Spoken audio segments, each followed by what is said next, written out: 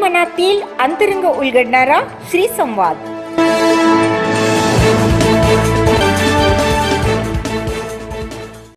पण जेव्हा व्हिडिओमध्ये सगळे दिसायला लागले तेव्हा मी इथल्या ओमला विचारलं, अरे म्हटलं ओम, तुझा चेहरा बरोबर दिसत नाहीये, काय तणाव आहे का तुझ्यावर? यवतमाळचा खासदार बोलला, माझ्या मुलीला पाहायला पाहुणे येणार आहेत, सोयरीक जुळवायचे. म्हटलं नका येऊ. हे पलीकडचा गद्दार म्हणाला हिंगोलीचा, माझा पोरगा निवडणूक लढतोय, नका येऊ. हा इथला बोलला, माझा मुलगा हॉस्पिटलमध्ये आहे पुण्याला, म्हटलं नका येऊ. एक शिर्डीचे आहेत, त्यांची पत्नी आजारी होती, म्हटलं नका येऊ.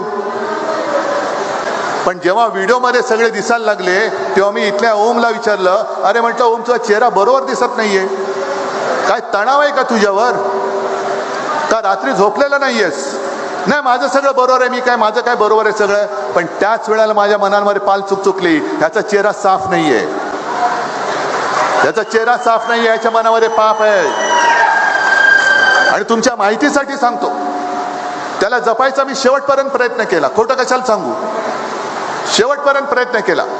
अगदी आदल्या रात्री, मध्यरात्री 1:30 वाजता, 1:45 वाजता कैलासला आणि वरुणला मी त्याला भेटायला पाठवलं होतं.